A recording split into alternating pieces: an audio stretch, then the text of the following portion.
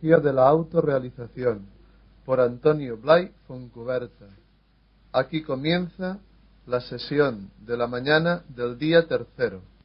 Bueno, ¿preguntas? Cuando estoy metido mucho en un personaje, veo que es el personaje, pero no puedo salir de él.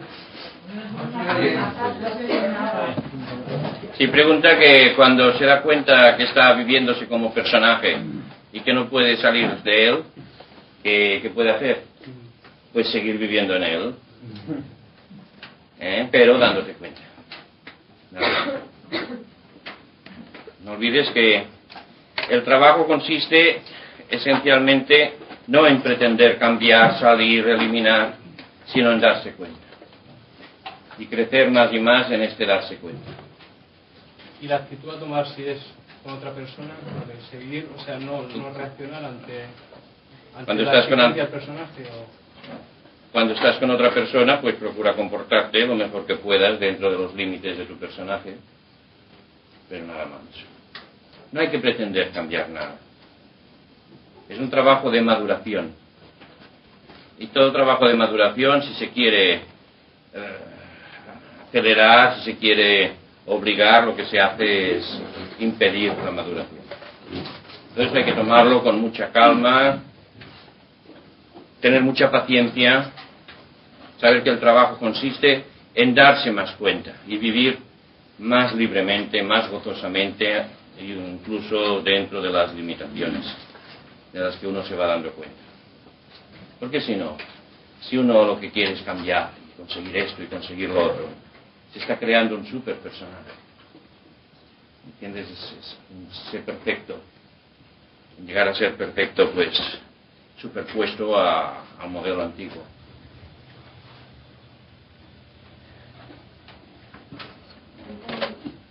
Ayer dijiste que cuando veías una cosa, por ejemplo, el padre, decías mirarlo y luego preguntar por qué de eso. Y a mí me ocurre que si me pregunto el por qué rápidamente me da una razón, o varias. Entonces, ¿no es esto que me puede engañar? Sí. ¿Y qué se hace? ¿Seguir mirando? Claro, mirar esta razón que te da la mente para discernir si es correcto o no es correcto. Es un aprender, ¿sabes? Es un aprender. Es igual como cuando hablas con una persona que enseguida responde cosas. ¿Verdad que tú aprendes a estar atenta para ver si lo que dice suena verdadero o no? Pues igual contigo mismo. No se consigue todo esto en un día ni en una semana. Si hubiéramos vivido más conscientemente, pues sí. Pero como generalmente cada uno ha vivido como ha podido, pues todo eso está por hacer. Por lo tanto hay que tener mucha paciencia y buen humor. Y buen humor. Lo digo porque mucha gente con el trabajo se pone en serio, es un plan de autoridad, ¿no? Y buen humor, calma. Que hay mucho saber que se está en el camino y que se está trabajando no en círculo cerrado, sino tomando conciencia que permitirá descubrir lo auténtico. Mucha paciencia con uno mismo. Antonio, ¿por qué algunos seres humanos tenemos el problema o defecto de apoderarnos de lo que no es nuestro? O sea, Todos lo hacemos eso. ¿Qué es nuestro? O sea, quitarle a uno, o sea, lo que es suyo, robar, vamos, ¿por qué viene el defecto del ser humano?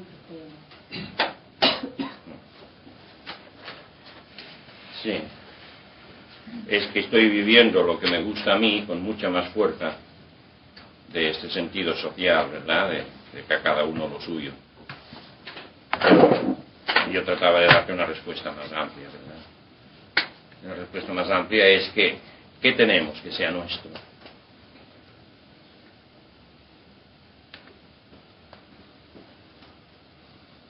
¿Qué tenemos que no nos haya sido no dado, sino prestado? ¿Qué tenemos que no tendremos que devolver un momento u otro? El cuerpo, las ideas, las emociones, los sentimientos. Miradlo y veréis si tenemos algo realmente en propio, algo que verdaderamente yo pueda decir, esto es mío, Puedo decirlo, pero es falso. No hay nada que sea mío. Lo único que realmente puedo cuando descubro es lo que soy, no lo que tengo, lo que soy.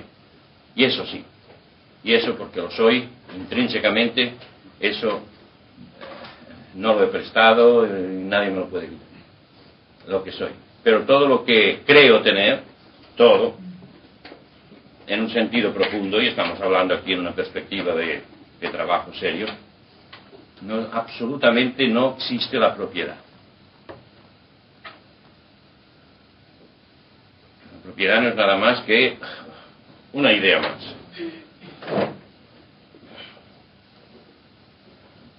No sé si lo veis claro. Cada uno es lo que es, intrínsecamente. Ahora, todo lo que el cuerpo y incluso los logros que uno consigue con ese cuerpo y esa mente, todo esto se hace gracias pues a las facultades del cuerpo y de la mente y de las circunstancias, pero sigue siendo algo que no es mío. No es mío, no existe nada que sea mío.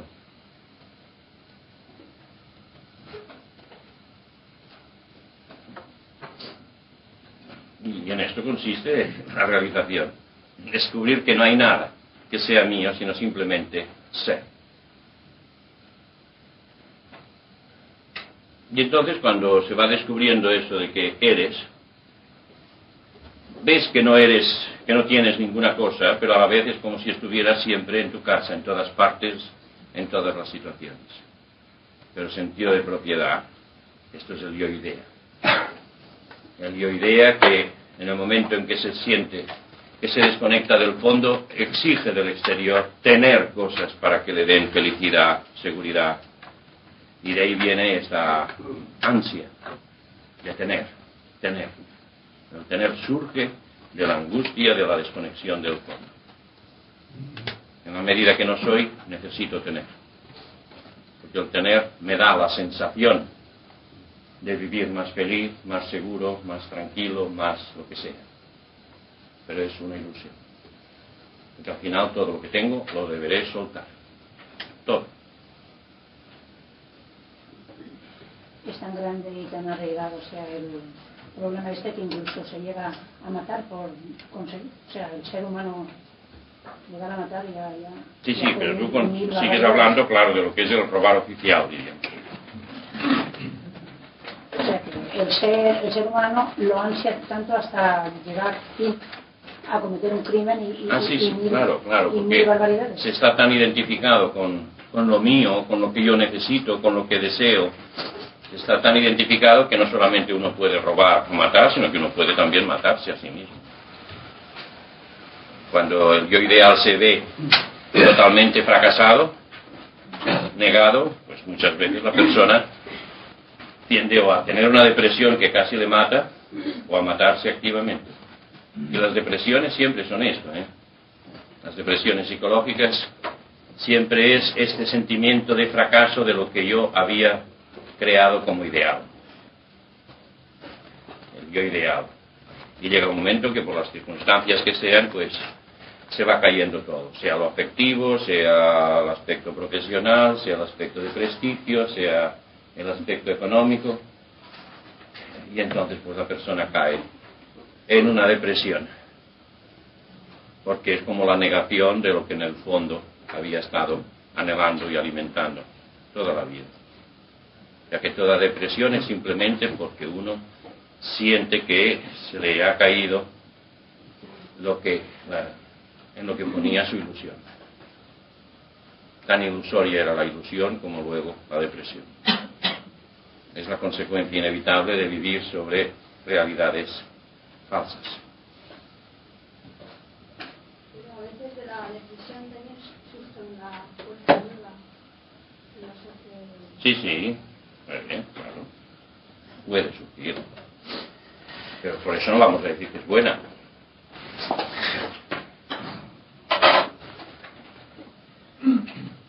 Lo bueno es descubrir la verdad.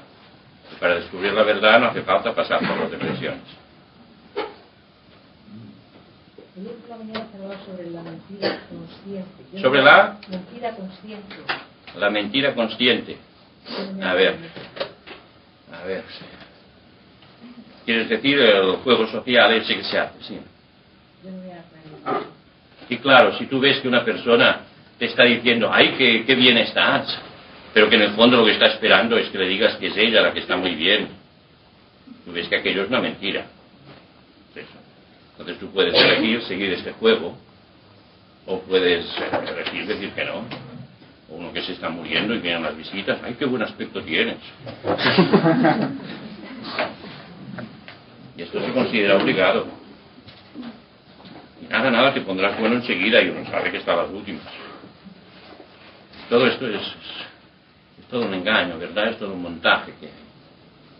¿Y la mentira piadosa? O sea, cuando a una persona le das un poco de felicidad, mintiéndole un poco exagerado... Una poca felicidad que luego se ha de traducir en un mayor desengaño, ya me dirás qué bien le estás haciendo a la persona.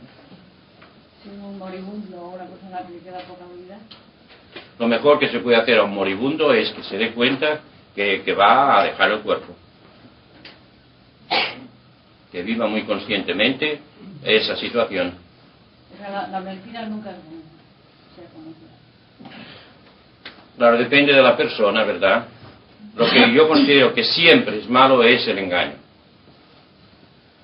Ahora, no hace falta, pues, tirarle a bocadejarro todo lo que uno ve que es la verdad si la otra persona está en una situación pues débil y está tratando de agarrarse a algo, de nada, tú, a morirte.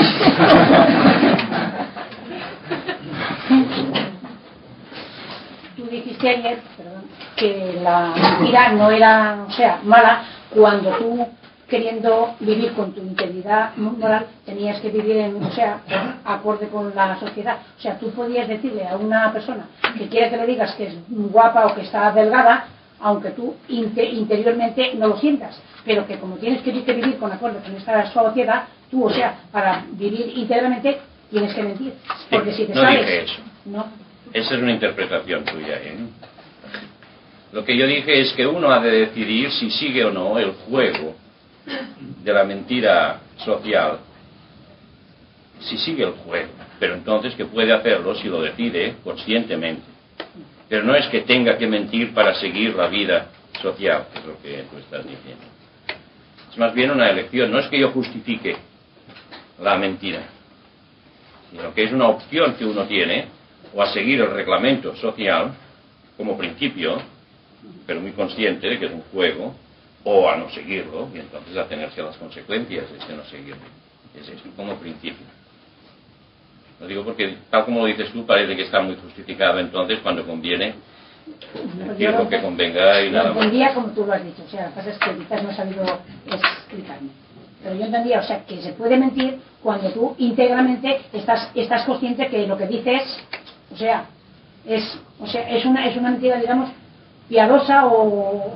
No, tú lo que estás hablando es una mentira con premeditación y alevosía.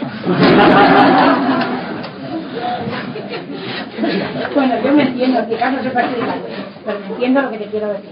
Te quiero decir que si no vives acorde a la sociedad, pues puedes atenerte a una serie de consecuencias. Pero entonces es todo el juego, no se trata de una situación, es todo el juego. O sea, yo lo planteo en términos de totalidad, de actitud que uno adopta deliberadamente y responsablemente frente a la vida. No es que en una situación pues está justificado para quedar bien, no. ¿En el fondo no es un modelo de convivencia? Claro, pero es un modelo que está basado en un error, en un engaño. Antonio, dices tú de que nada es nuestro y que todo lo tenemos que dejar. También aseguras la existencia de la reencarnación. Entonces, en la reencarnación, ¿qué es lo que se hereda? Lo que todavía crees que es tuyo.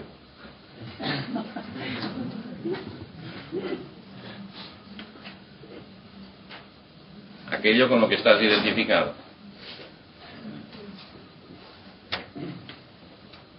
Exactamente eso. ¿Y se puede elegir la reencarnación? La reencarnación se hace de un modo inevitable en virtud de las identificaciones que hay dentro. O sea, uno las elige, pero no es porque uno diga, a ver, ¿qué panorama hay aquí? Me quedo con esto, me quedo con lo otro. No. No es como si uno fuera al mercado, sino que la elección viene hecha inevitablemente por las atracciones o repulsiones que hay todavía dentro, por los residuos que teníamos que quedan de la existencia última. Que es lo mismo que ocurre en la vida actual. Estamos dirigidos, conscientes o inconscientemente, por lo que son nuestras afinidades, sea por deseo, sea por rechazo. Y lo mismo estamos atraídos por lo que deseamos que por lo que rechazamos. Pues esto funciona igual, es un principio que funciona. Mientras exista la mente, funciona porque todo es un juego de la mente.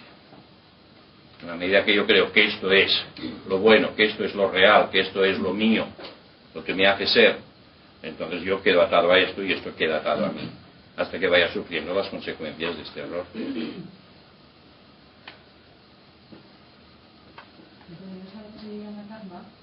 Eso es, le puedes llamar karma, y poniéndole un nombre parece que ya queda todo claro.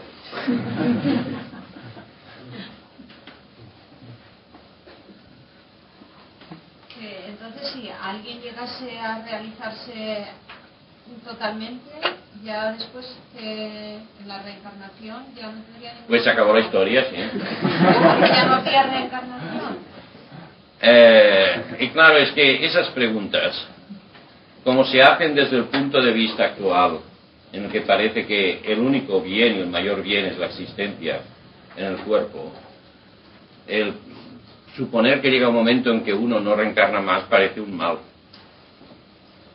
Y por eso las respuestas siempre pueden dar lugar a malentendidos. La existencia dentro del cuerpo es como una especie de limitación en que uno está viviendo de una manera muy parcial y muy limitada la plenitud que uno es de realidad, de felicidad y de inteligencia. Es como si uno se metiera estos trajes que llevan los astronautas, por ejemplo, tan gordos y tan pesados que les impiden los movimientos. Pues esto en lo físico, en lo afectivo, en lo mental. O sea que es una auténtica limitación. Lo que pasa es que como esta mente adquirida, esta mente no conoce otra cosa, entonces esto parece que si te quitan eso, te quitan todo. Pero en la medida que se va trabajando y se va uno despertando, uno aprende a reconocerse más allá de este cuerpo. Y aprende a despertar una conciencia que está, que soy, que es inmensa, que es fabulosa. Y entonces el funcionar a través del cuerpo es una auténtica limitación. Y por eso llega un momento que lo que uno ve que tiene sentido es el llegar a liberarse de eso para vivir plenamente lo que uno es. O, una vez liberado, utilizar el cuerpo como un medio particular para realizar una labor concreta en el mundo de los hombres en el plano físico. O sea que cambia completamente la perspectiva en la medida que uno va despertando interiormente. ¿No puede ocurrir que una persona esté ya en el final sin darse cuenta? O sea, por falta de cultura, por ser una persona... Sí, puede ocurrir que una persona esté muy, muy madura sin haber oído hablar nunca de todo esto, en efecto. Y muchos que oyen hablar mucho y que creen que están en el último peldaño, pues no lo están. Hay de todo. ¿Sí? Pero hay determinadas actividades, parece que hay determinadas actividades en la vida esta, que el medio parece que indica que tiene que funcionar con la mentira. Y si te mueves hacia el medio, parece que tiene que funcionar con la mentira. Por ejemplo, se suele decir que en política no se puede funcionar sin mentir, en los negocios pues quizá tampoco. Entonces, pretender estar en esos medios, pensando o influyendo que no se debe mentir, porque eso es malo intrínsecamente. No. Esta formulación ya no es. Hasta ahora ibas bien, ¿eh? Pero cuando ya defines la cosa como el comercio o la política como el mal intrínseco, No. La mentira. La mentira como necesidad intrínseca de tal actividad, eso ya Ya es desnaturalizar radicalmente la cosa. Yo intuyo que la mentira per se, la mentira, bien sea en política, en negocios, en lo que sea, es malo, intrínsecamente. No, pero lo que digo es que tú estás identificando la actividad política o comercial con la mentira, que es absolutamente necesaria. ¿Es eso lo que estás diciendo? Sí, yo ahora sí, pero creo que en determinados medios es imposible moverse sin eso. Es posible, yo como no estoy en política ni estoy en negocios, es posible, pero entonces tú has de decidir, ¿no? ¿Por qué no crear un negocio que se base en la verdad? Por lo menos sería una novedad según esa visión que tienes tú.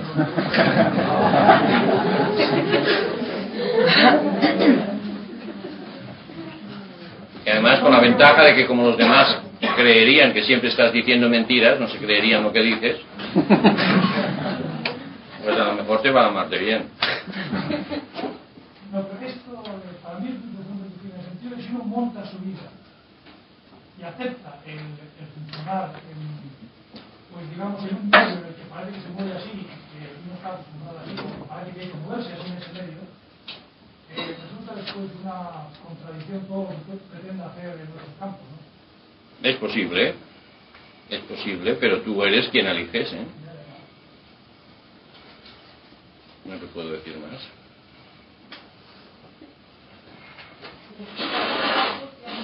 A ver, por favor, repite otra vez.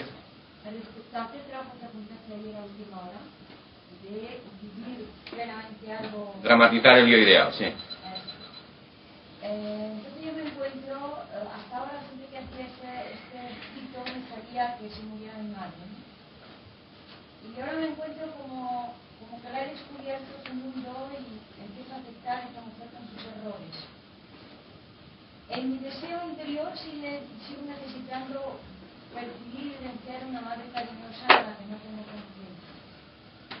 Pero con ella no he intentado hacer algo y no soy capaz. En cambio a mí me saldría como muy bonito si lo hiciera con esta Virgen María que tengo yo con el hermano.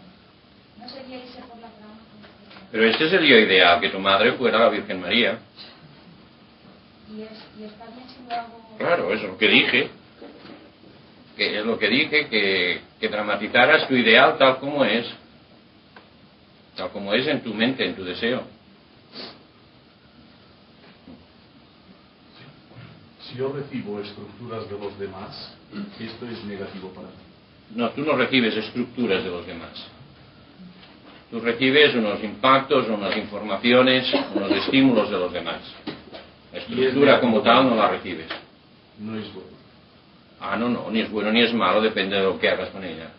No es mío y por lo tanto es ajeno. Pero puede haber cosas ajenas que te ayudan a despertar lo tuyo.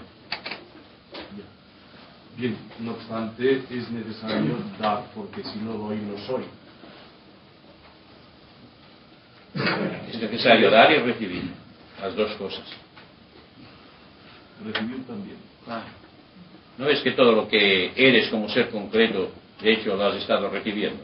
Es que yo pensaba, según lo que decías, Antonio, de que nuestra misión era captar desde dentro de nosotros. O sea, todo lo que recibes, empezando por el alimento y el aire, es tu interior que responde a ello. Y responde aceptando unas cosas, asimilándolas o rechazándolas. Si ves este ejemplo de lo físico, lo más tangible, pues puedes ver luego que esto se produce analógicamente en todos los demás niveles, en lo afectivo y en lo mental. Entonces, de lo que recibes, tú has de ver qué es lo que asimilas, lo que es asimilable, lo que es aceptable, y qué es lo que no lo es para ti y lo rechazas. Y este juego, este vaivén, esta interacción es absolutamente necesaria porque eso constituye la existencia. Estar vivo quiere decir eso, quiere decir intercambiar con el ambiente, a todos los niveles. Por eso hay personas que no están vivas, hay personas que están realmente muertas. Hay verdaderos cadáveres ambulantes. Conservan unas funciones vitales, pero mentalmente no asimilan, afectivamente no asimilan, no dan, no se abren, no hay una interrelación, no hay una renovación. Y en la medida que no hay esta renovación, es el inmovilismo interior, esto es ser un cadáver. Estas crisis que a veces, generalmente todo el mundo tiene, que se pregunta quién soy, dónde voy y todo esto, ¿a qué se debe? ¿A un fallo del sistema que nos han dado o a algún tipo de llamada interior? Yo creo que cuando estas preguntas son espontáneas, proceden de lo que realmente no está aclarado y por lo tanto de una llamada interior. Cuando es espontáneo. Ahora, cuando es inducido por el medio en que uno vive, entonces ya no. ¿Cómo se puede diferenciar la proyección del yo ideal de aquella proyección genuina del yo profundo? Mira, el yo ideal siempre funciona de un modo compulsivo. Siempre, porque su naturaleza es compulsiva. Necesito llegar a ser o a conseguir. Necesito, porque estoy huyendo de algo. Y eso le da un carácter de tensión, de necesidad, de tal manera que si no se cumple, yo me siento hundido, en el grado que sea. En cambio, lo que es expresión de la realidad central que soy, surge de una manera libre y espontánea. Y no deja residuos nunca. Sobre el ejercicio que... Espera un momento, no sé. ¿Vale? Vale. Sobre el ejercicio que explicaste ayer de dramatizar el yo ideal. El yo ideal. Bien, esto es posible, pero una vez que se practica ese ejercicio, hablaste de que no se realiza nada, pero en cambio hay un desarrollo. No se realiza nada, pero hay un desarrollo. Sí. ¿Hay un desarrollo de qué? El desarrollo de lo que tú conviertes en experiencia activa. Pero se crece, se gana. Sí, en la medida justa que lo expresas. O sea, lo que nos hace crecer es el yo experiencia. Es el ejercitamiento activo de nuestras facultades. Recuerda el primer día. Eso. Por lo tanto, con este ejercicio lo que consigues es de repente sentirte con una gran plenitud o una gran seguridad. Pero el sentir no desarrolla. Porque es un estado estático. Y del mismo modo que sientes una cosa, después se va, como si no lo hubiera sentido nunca. Pero en cambio esto se puede convertir en algo encarnado, en algo que se desarrolla en la medida que tú haces pasar esto que sientes a través de tu yo experiencia, a través de tu afectividad activa, de tu mente, de tu cuerpo, al actuar. Esto es lo que quiero. Y por eso es tanto el desengaño de muchas personas que a través sea de meditación o a través de lo que sea, pues llegan a tener unas experiencias o unos estados determinados. Les parece fantástico, pero luego se va eso. Y no solo se va, sino que cuando uno quiere renovarlo, luego no hay modo. Y es por esto, porque los estados son simplemente un reflejo de lo que permite la mente. En el momento en que la mente se abre, entonces es posible que de repente uno tome conciencia de un poquito de esa cosa inmensa que somos. Pero como luego vuelve la mente a su modo, a su fórmula habitual, entonces bloquea de nuevo. En cambio, esto deja un resultado cuando no te conformas solo en sentir, sino cuando es un vivir. Bien, entonces se ha realizado algo ya. Sí, se desarrolla. Se desarrolla. Sí, es distinto. Para mí realidad es descubrir la realidad que somos. Ya, bueno, esto ya es un sentido más amplio. Sí. ¿Sí? ¿Los campos de expresión son los habituales de la vida diaria o hay que buscarlos? Los campos de expresión, Sí. de esto que estoy hablando. Sí.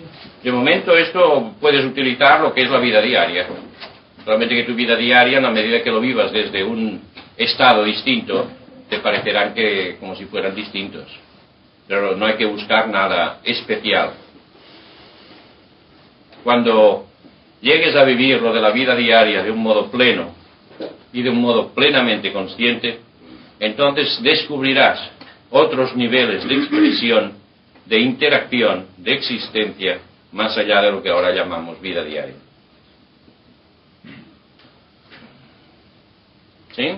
La conflicción aquella que hablaste ayer de los deseos, la lista de deseos. Dijiste que tenía varias aplicaciones. Una de ellas para averiguar el yo ideal, otra para... El yo idea, sí. El yo idea, sí. Otra para dramatizar, esto que hemos dicho sí. ahora. Pero me parece que dijiste un par más, ¿no?, de aplicaciones. No, luego hablé de la realización del deseo, que es la aplicación del mismo principio, pero no dije nada más. Sí. Es que no sé si lo he entendido, yo te voy a decir cómo lo he entendido y a ver si. A ver. Creo que es lo mismo de ella. Si yo siento una satisfacción o un momento de euforia, de felicidad, y en función de mi yo ideal, claro, porque estoy en el personaje. Entonces, pero me doy cuenta de que lo vivo porque está de acuerdo con mi yo ideal. Entonces, ese darme cuenta me vale para mi yo experiencia. No, lo que te vale para tu yo experiencia es que eso de lo que te das cuenta lo traslades a tu vida activa. Activa quiere decir... Sí, o sea, tú andas muy distinto cuando estás muy contenta de cuando estás triste. ¿Ves? Ahí tienes un modo. Tú hablas en un tono distinto y con unas palabras y con una visión distinta cuando estás muy clara que cuando estás oscura mentalmente. ¿Sí? Sí. Pues eso, simplemente eso. Dar expresión concreta en tu vida diaria a tu estado interior, que no se quede en un estado. Es como la música, ¿verdad? Tenemos la costumbre a quienes gusta la música de escuchar la música estando muy quietecitos y muy bien puestos. Y entonces sentimos más cosas por arriba o por dentro o por donde sea. Y después los señores de la música pues se levantan, ponen los violines en su estuche y cada uno se marcha a su casa. ¿Y entonces qué queda de la música? Queda solo un recuerdo.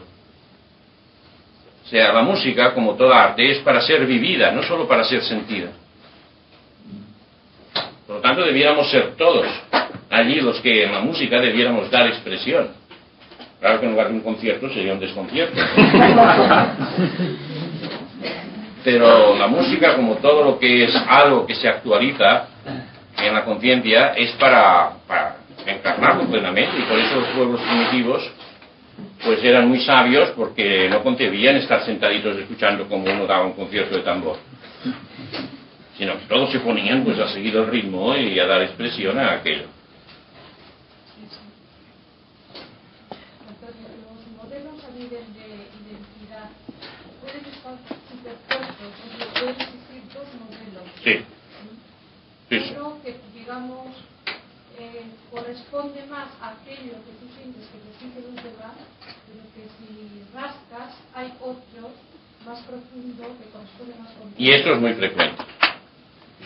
Generalmente, sobre todo cuando hay modelos prohibitivos, cuando uno está viviendo en un ambiente en que no le han dejado hablar, que los pequeños se callan, o que no le han dejado hacer, le están dando la consigna de que uno tiene prohibido vivir, existir. Pero luego uno va creciendo y le dice, no, pero tienes que hacer eso, tienes que ser tú misma, tienes que tal, tienes que... Y entonces sobre un fondo de no tener derecho a ser espontáneamente tú misma, se va creando otro modelo de la obligación de hacer y de conseguir cosas. Entonces es un hacer que no se hace, que no se llega a hacer, que se intenta, que se fracasa. Y es eso, es porque está actuando mecánicamente dos modelos contradictorios. Y a la larga vence siempre el que es más profundo. Oye, Antonio, ahora que has estado hablando de esto de la música, sí. Oye, ¿denota que puede ser una cabeza un poco mal si cuando escuchas la música, por ejemplo, es como si se crease un escenario arriba y una serie de personajes les dieses vida y así? O sea, ¿es natural, es algo normal o es anormal? Es normal, es muy frecuente, muchas personas tienden a crear todo ese escenario, a escenificar, diríamos, a representarlo visualmente. ¿Sí? Pero eso es bueno a condición de que a la vez uno se dé permiso para sentir la música. O sea, que no sea solo una huida hacia la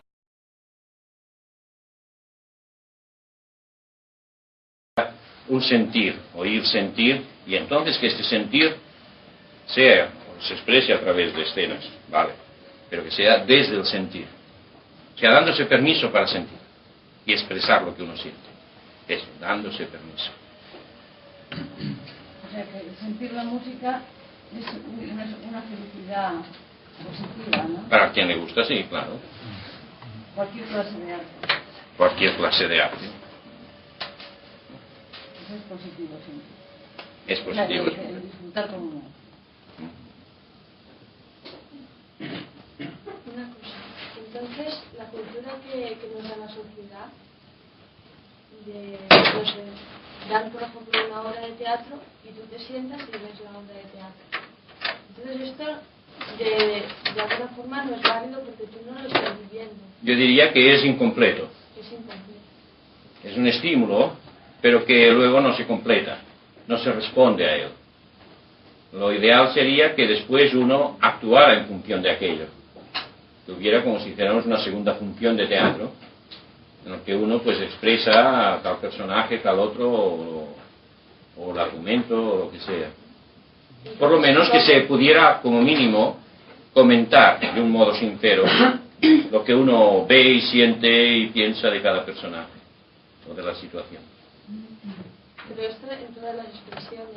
Sí, sí, incluido el fútbol, sí.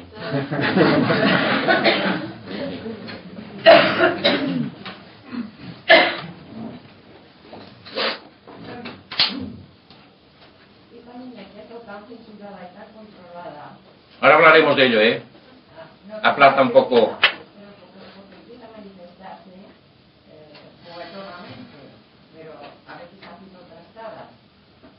Pero siempre en sitios donde no es lo correcto hacerlo y claro, hay que estar controlándola.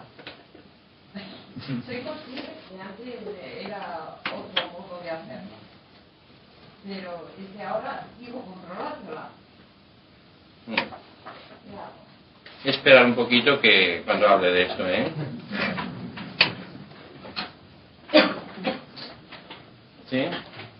A ver si lo entendí correctamente. O sea, el ejercicio de ayer, en definitiva, consiste en llegar a un estado de plenitud y felicidad que de por hecho debe estar muy cerca, debe estar ahí mismo. Lo único que se busca es aprovechar las mismas triquiñuelas de la mente que nos han creado para llegar a él. Pero si también podemos llegar, o en un momento dado se llega por un estado de meditación o de contacto con el absoluto y tal, o sea, lo importante en realidad es vivir este estado durante la vida. El sistema, en definitiva, puede ser este como puede ser otro, ¿no? Pregunto. Sí, según yo, realmente si lo miras verás según la realidad. Nosotros somos muchísimo más de lo que vivimos. Y vivimos solo lo que vivimos porque nuestra mente, las ideas aceptadas de nosotros mismos, no nos permiten vivir nada más de lo que estamos viviendo. Entonces, este más que somos se puede expresar o bien a través de un yo ideal, o a través de una experiencia religiosa o experiencia metafísica o una experiencia simplemente pues de paisaje o de amplitud. Entonces ese estímulo, por el hecho de que de repente da una idea o una visión, una imagen nueva, permite que algo mayor pase.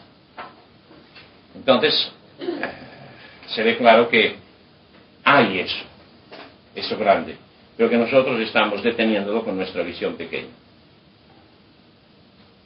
Cuando yo ensancho la mente, esto se actualiza. Pero claro, se actualiza solo como un sentir. No está integrado en nuestro modo de funcionar. Y ahí el peligro de que al volver yo a mi modo habitual de funcionar, vuelva a cerrar las puertas y esto quede solo como un recuerdo. Sea el modo como ha venido el que sea. Porque lo mismo se aplica a lo que son experiencias espontáneas que puedan venir de lo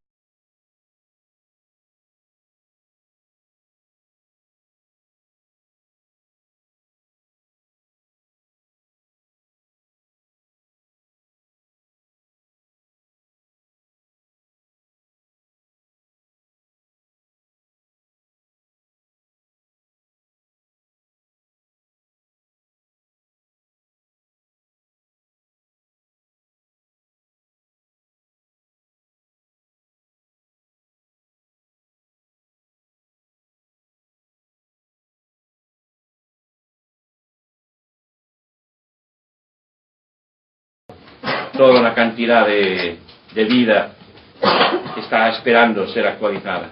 Y por lo tanto es inmediatamente operativo. No has de ir buscando cosas, por ahí ya están.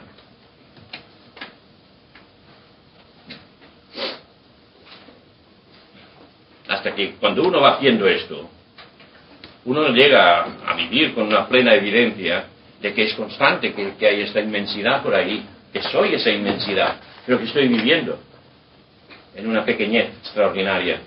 Y que eso que estoy viviendo es simplemente porque estoy viviendo dentro de un esquema mental limitativo.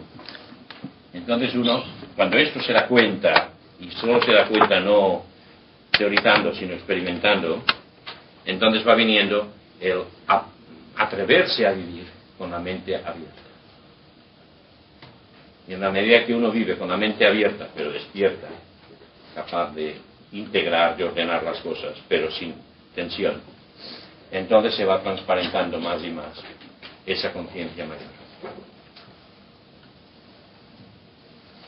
O sea, esto es importante para muchos que están en línea con el trabajo, porque muchos lo que esperan es sentir experiencias o tener experiencias. Y uno se puede pasar la vida teniendo experiencias sin avanzar gran cosa. Lo importante no es tener experiencias, sino que las experiencias que se tengan se integren totalmente en mi ser concreto. Eso. Ya que no me guarde nada dentro, que todo yo sea expresión. Eso obliga a una transformación a mi mente, a mi afectividad y a mi cuerpo etérico, a mi estructura vital, pero a la vez es el medio para que yo sirva de estímulo para el despertar de otros, aunque no hable para nada de temas de estos. O sea que es una doble función. Por un lado, una progresiva sutilización, elevación o transmutación de mis propios vehículos, y a la vez un estímulo para que los demás o el mundo en sí vaya recibiendo más estímulos de orden más sutil. ¿Sí? ¿Ves lo bonito que es una cosa y la otra?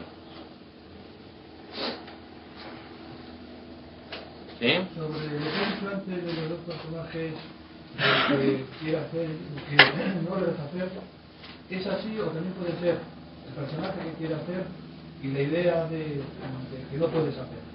O sea, es lo mismo, que se manifestará de esta manera. Pero es personaje también, o sea, no es... Sí, claro.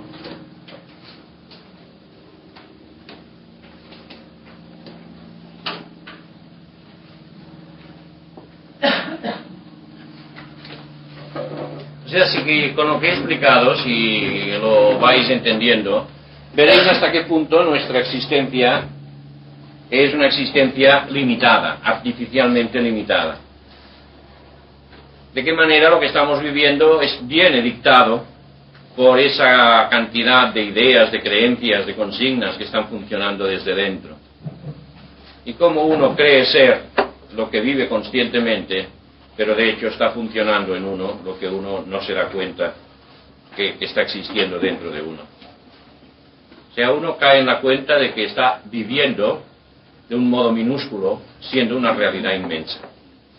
Y que todo eso es debido a que están actuando una cantidad pues de ideas, todo un tejido, una red de ideas que están impidiendo que yo viva todo lo que conscientemente veo y deseo.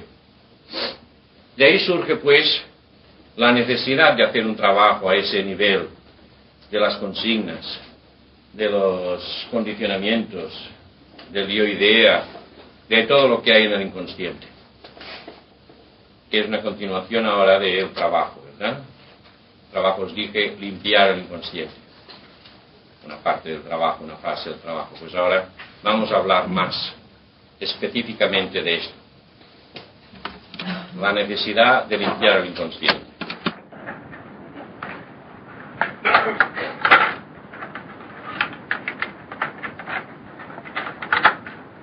El inconsciente, el trabajo en el inconsciente tiene dos clases de trabajo muy específicas.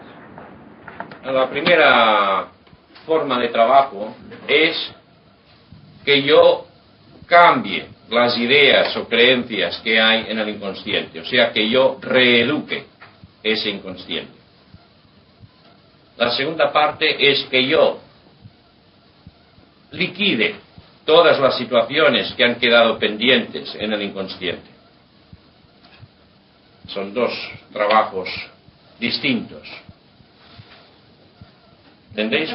Una cosa es cambiar las ideas, reeducar, o sea, eliminar el error, los errores que hay, y otra cosa es permitir que todo lo que hay inacabado o retenido en el inconsciente se actualice, se liquide. ¿Vale?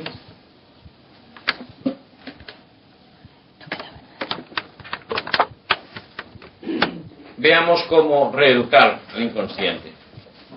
Sí, de hecho, pues ya ni haría falta explicarlo porque es natural, es evidente. Si miráis, reflexionáis sobre todo lo que ya se ha explicado. Nuestro inconsciente en el fondo es como nuestra personalidad infantil. Es la personalidad infantil que ha aceptado unas ideas y unos modos, y sobre estas ideas que ha aceptado luego se van añadiendo otras. Pero básicamente viene definido por eso, por la mentalidad infantil que está persistiendo y actuando en nuestro fondo. Cuanto más profunda una cosa, quiere decir que es más antigua. O sea que lo mismo podemos hablar en términos de tiempo, la infancia, cuando yo era pequeño, o podemos hablar en términos de profundidad psicológica. La profundidad psicológica se puede ver como presente, ahora lo profundo. Pero hablar de ahora lo profundo psicológico es lo mismo que decir lo que me pasó cuando yo tenía 4 años, 3 años, 6 años. ¿Entendéis? Son dos modos de hablar de lo mismo. ¿Vale? Es como un lago, ¿verdad? El árbol que se va formando por capas superpuestas. Y entonces, pues lo mismo es el presente como profundidad del tronco, que se puede hablar de tiempo. Por eso el trabajo se puede hacer en términos de tiempo o se puede hacer en términos de presente. Da igual. El trabajo consiste, el trabajo base, en que en momentos en que yo tenga mi conciencia, diríamos, adulta, tranquila, relajada, por ejemplo, en los momentos en que estoy descansando, que estoy antes de dormirme, que mi conciencia actual, crítica, la que razona, la que quiere y todo eso, pues está tranquila, entonces es cuando hay mayor permeabilidad, mayor acceso a estas zonas profundas, o a esta situación de la infancia. Y entonces, manteniendo ese estado profundo y dirigiéndose al aspecto más profundo, o dirigiéndose al aspecto infantil, evocando cuando uno era un niño o una niña muy pequeño, entonces hablarle y decirle lo que es la verdad.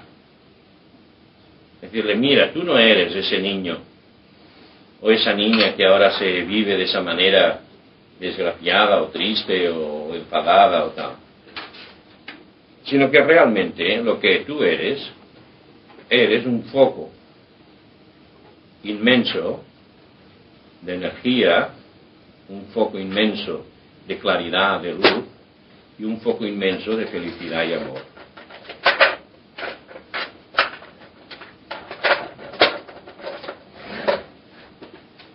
La vida es aprender a responder de esa inmensidad de inteligencia, de amor y de energía, de ir respondiendo a las situaciones de la vida, de ir actualizando eso, de ir creciendo, poniendo en marcha esa energía, inteligencia y felicidad.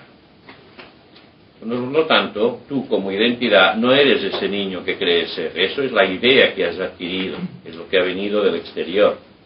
Tú como identidad, el verdadero sujeto, el verdadero yo, es ese triple foco de luz, de inteligencia, de amor, de energía. Y claro, se trata de irle diciendo eso con mucha calma, pero con mucha claridad y con mucha sinceridad. que es exactamente lo que le diríamos a un niño pequeño que está preocupadísimo por sus problemas y por sus malestares, y que estamos tratando de que entienda algo nuevo, que descubra algo nuevo, que no se confunda solo con la parte externa, que despierte a su dimensión auténtica central. Es la mente, porque se ha estado manteniendo solo atenta a lo exterior, que va adquiriendo solo ideas del exterior, y en la mente hay solo estas creencias.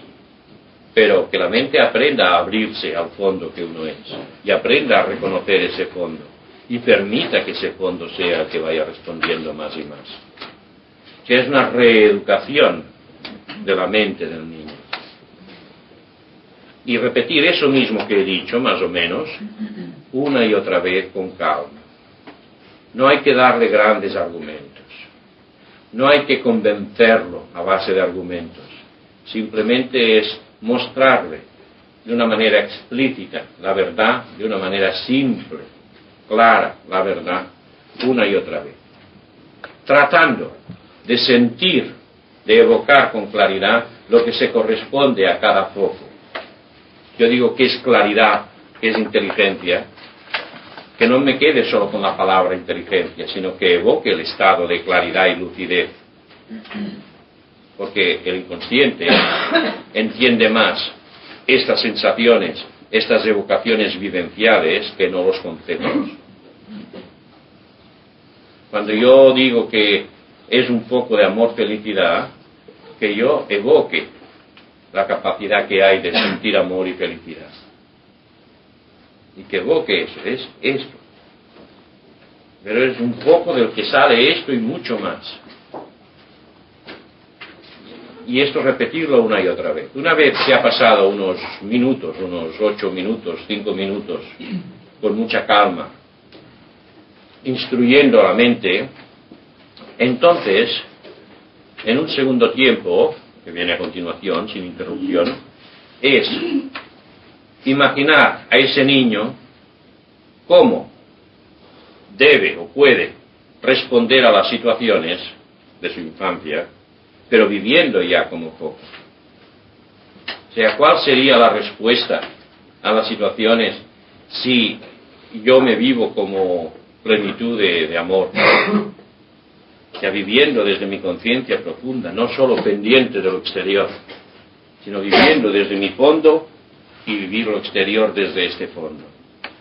Entonces veréis que una situación que puede ser de bronca familiar, por ejemplo, si yo estoy viviendo en evocando este fondo de visión, de amor, de energía, entonces provoca en mí una respuesta muy distinta. Provoca una respuesta gozosa. Por un lado da pena la situación exterior, pero uno no queda traumatizado por aquello. Porque ante aquello la respuesta siempre es de energía, de amor, felicidad y de comprensión. ¿Entendéis? O sea que se trata, por un lado, de afirmar la cosa de un modo claro, vívido. Y por otro lado, a continuación, evocar con claridad la expresión concreta de eso en las situaciones diarias del niño. A ver. Lo segundo que Sí, detrás. Quería preguntarte si podría utilizar una situación real para imaginar esta nueva respuesta. Sí. Es que lo segundo que han hecho no entiendo muy bien, porque ha hecho imaginar a ese niño, ¿no? ¿Cómo puede responder a las situaciones de la infancia? O sea, las cosas que tienes ya, o diarias también. Sí, pero de la infancia, preferentemente. Porque el trabajo se está haciendo a este nivel.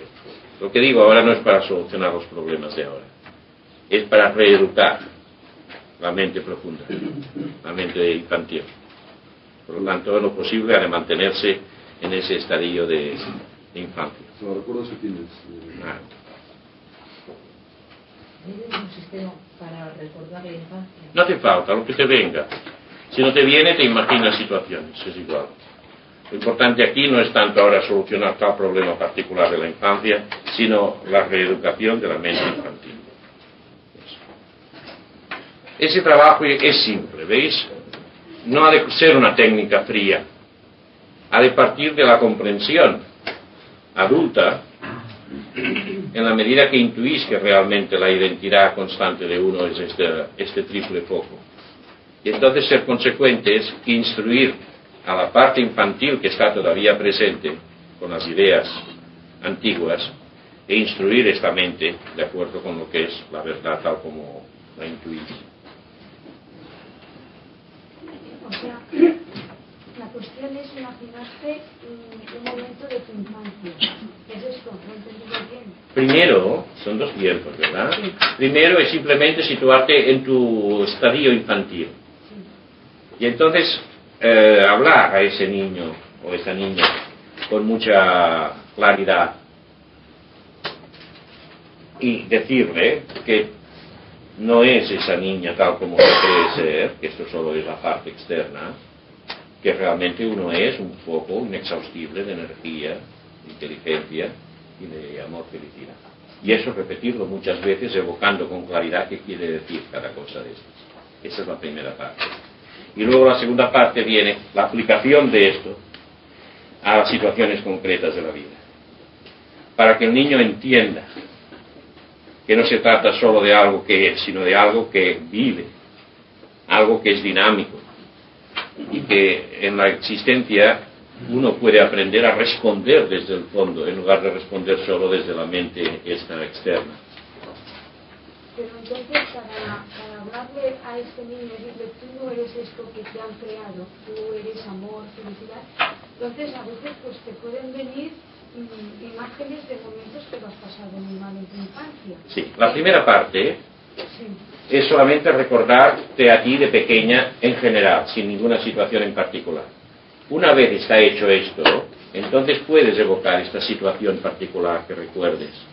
Y entonces ver cómo se produciría tu respuesta de acuerdo viviendo este fondo. Pero cuando te imaginas estos momentos, o sea, en realidad estos momentos vamos a suponer que han sido malos de tu infancia, han sido por otras personas que has tenido a tu lado, ¿no? Que te han cortado la libertad de expresión o de movimiento, no toques esto. Entonces, inconscientemente o conscientemente, coges un odio hacia aquella persona que te ha querido hacer aquello. Y es aquello que después cuando ves a aquella persona, si le haces el papel, lo piensas que mal me lo has hecho pasar, ¿no? Es así en la medida que la mente funciona de un modo mecánico. Pues el condicionamiento. Y aquí se trata precisamente de evocar esta situación y decir, ¿cómo sería mi respuesta a esta misma situación viviendo desde este fondo? Y esto hacerlo con mucha calma. Y aunque no salga bien una vez, volverlo otra vez, otro día, con mucha paciencia. Pues es mejor si lo puedes hacer, no ya en voz alta, sino a media voz. Pero claro, para esto has de estar solo, ¿verdad? Sí, durante este trabajo, escenas que cuando las viviste fueron violentas o angustiantes, las reproduces y resulta que no motivan ningún tipo de emoción. ¿Qué ha ocurrido aquí? Sí, si no motivan emoción, una de dos. O están liquidadas o está reprimida la emoción. Entonces se trata de situarte con más y más sinceridad en la situación. Pero ahora no estoy yo hablando de liquidar situaciones pasadas, sino que estoy hablando del primer ejercicio, que es reeducar la mente infantil. Y el ejemplo que doy es simplemente como ilustración de esa educación. Ahora hablaremos de este otro aspecto que tú mencionas. Los momentos para evocar esto, dices que antes de dormirse uno está relajado y hay permeabilidad. Aparte hay, por ejemplo, relajándose o así. En efecto, toda persona que tiene práctica en la relajación profunda, consciente, pues es el preludio para que se contacte este nivel profundo. Otra cosa, si en vez de ese niño que está ahí molestando, que se está sintiendo solo, bueno, lo que sea, es, por ejemplo, la parte que tienes del padre, que te está ordenando, que te está criticando, que te está haciendo... Sí, en principio es igual. Ahora no estoy tratando de resolver problemas particulares, y hablaré de ello. Ahora estoy tratando solo de reeducar la mente infantil para enseñarle a descubrir su verdad. Entonces es lo mismo. Sí, espera un poco y hablaré de la aplicación de esto. Pero esta fase de reeducación no tenéis que hacerla solo en relación con situaciones problema.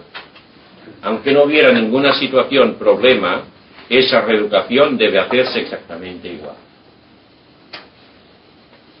¿Por qué? Porque, aunque no haya problemas, la mente infantil está viviendo sobre unas premisas erróneas. Y lo que se trata no es de arreglar problemas, sino de reeducar, de liberar, de realizar a ese niño. O sea, la dimensión infantil. Porque luego queremos realizarnos a un nivel adulto, pero nos encontramos que nuestro nivel profundo de conciencia sigue identificado, sigue con sus miedos, con sus hostilidades, y por lo tanto no hay disponibilidad profunda. Por lo tanto, hay que realizar. Realizar quiere decir que descubra su naturaleza auténtica, esa dimensión infantil, para que quede libre el camino, claro, disponible, para que luego pueda venir una realización a nivel más adulto.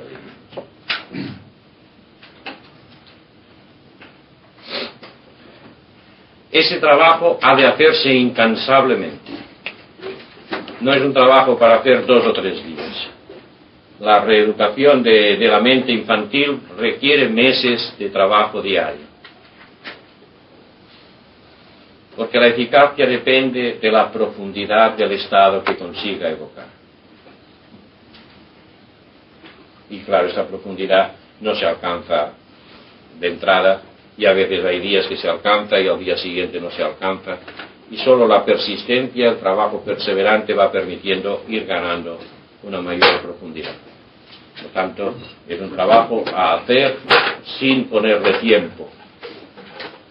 Lo que yo no entiendo muy bien es si como esto no razona como la razón, sino que es el inconsciente, al no entender conceptos, ¿cómo transmitirle esas tres el inconsciente potencias? entiende conceptos, pero lo que no entiende son razonamientos complejos.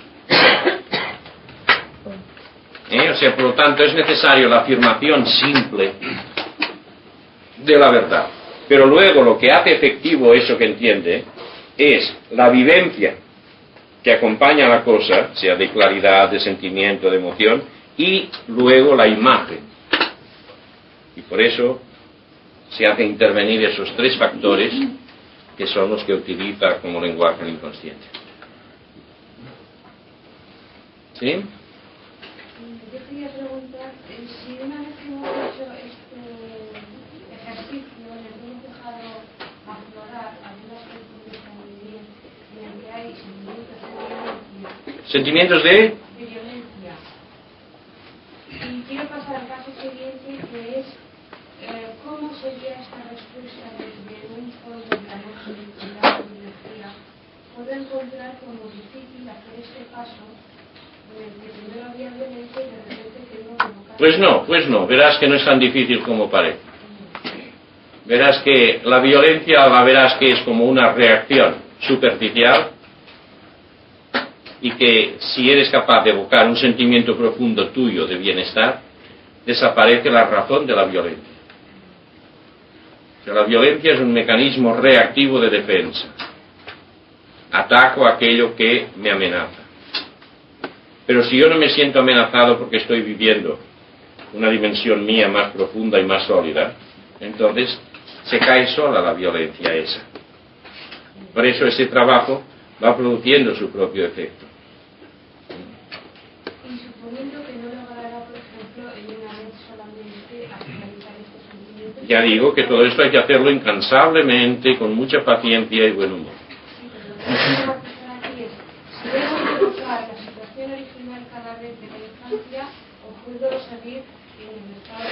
Sí, en esta fase del ejercicio no es tan importante la situación particular, sino el mensaje que estás dando a tu mente infantil.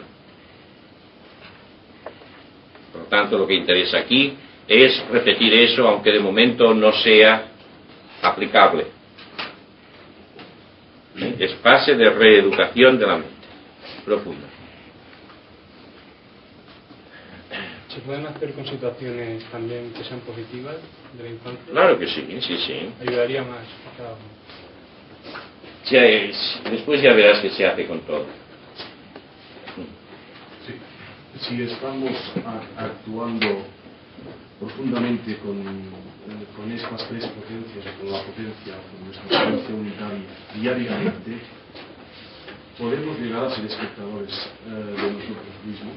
O sea, funcionando con toda nuestra potencia, podemos a la vez ser también espectadores de nosotros mismos. En efecto, se puede y se llega.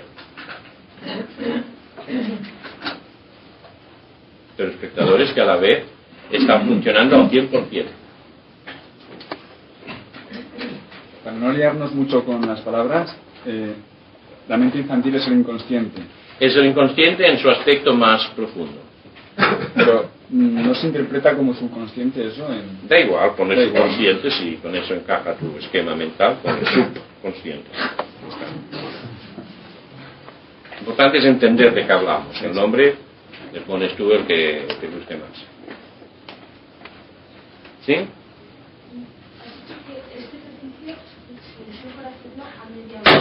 A media luz, dices.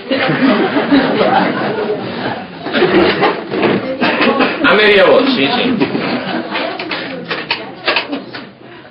Sí, porque la experiencia enseña que cuando lo haces a media voz es como te hablas a ti misma de un modo más vivo, más concreto. Si lo haces solo pensando no es tan efectivo, no está tan explicitado, tan articulado, tan vivo. Y si lo haces a gritos ya te vas al sector consciente. Entonces la experiencia enseña que hay ese modo de hablar a media voz, que es un hablarse íntimamente, que además es lo mismo que ocurre cuando hablas con otra persona. Y que la experiencia enseña que es lo mejor.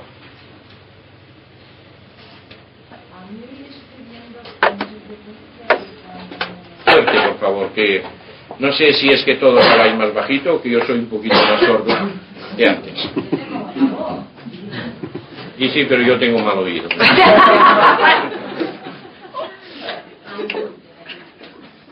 Y a mí me viene sucediendo con bastante frecuencia que cuando me relajo me pongo panza arriba, o sea, que es un cuerpo bastante perezoso, ¿no? Entonces, con mucha frecuencia me acuesto tranquilamente a nada. Y sin motivo o sea, sin intención concreta de relajarme o simplemente de descansar porque mi cuerpo funciona. Entonces, en estas estados que me quedo de medio dormida y medio descansando, me viene con mucha frecuencia la consigna que estoy dando espontáneamente, la consigna que yo le doy a la niña cuando trabajo conscientemente, cuando hago el trabajo yo decididamente. Y por supuesto dejo ir esa. Entonces, no sé de dónde puede venir esto. Si es que la niña está cogiendo la hebra y finalmente se siente un poco mejor, o es que yo me estoy enviciando a como aquello es bonito quedarme ahí y escaparme por ahí. Quisiera ver. Si quieres verlo, míralo. Es el modo de aclararte. Que lo que yo te pueda decir puede ser acertado o no. Los estados propios, quien más puede aprender y saber de ellos es uno mismo mirándolos, ¿no? No hay tiempo en que yo siga, porque una vez entendí como que era un trabajo a hacer durante unos minutos y que no se alargara demasiado. Me parece entender. No, esto lo dije en relación con otra cosa del inconsciente. O sea que en este trabajo no importa la duración del tiempo. No importa, a condición de que te mantengas muy consciente de lo que estás haciendo. Por esto te pregunto, en el caso de este segundo en el que fluye las frases estas espontáneamente. A medida que seas consciente de lo que estás haciendo no hay problema. Ahora, como tú dices que estás medio consciente, pues la parte que sea consciente, pues que se dé cuenta de lo que está haciendo.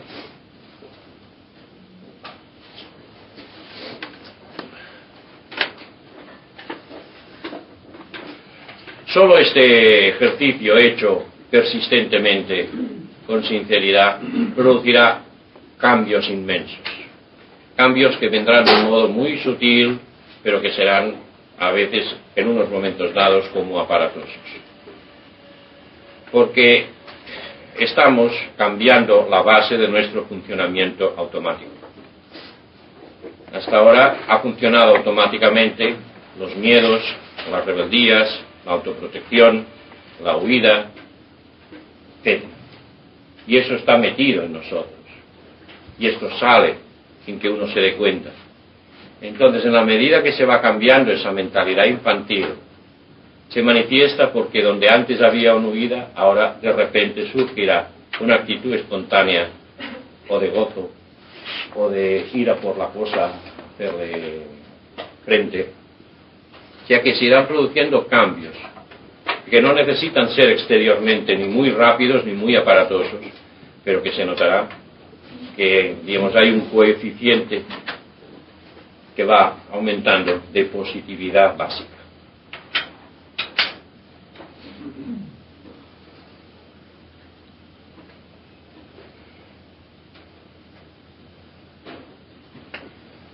¿Sí? Cuando vas haciendo tu trabajo, lo de la calma, la profunda, también da la impresión como que te deja como sin defensas. Entonces, cuando estás trabajando sola, está bien, digamos, pero en el momento en el que esto se produce,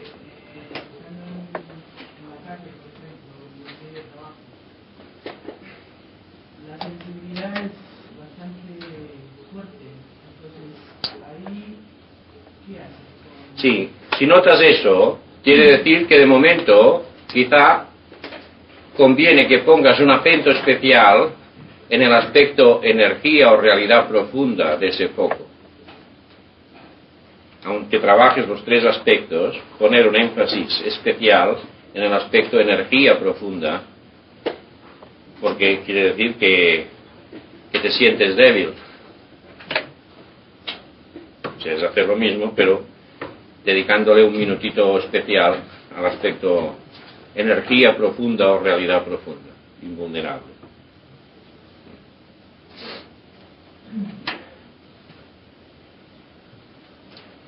Luego, sí. Esto se debe hacer haciendo por separado las tres cosas, ¿no? Una a continuación de otra, sin interrumpir el hilo.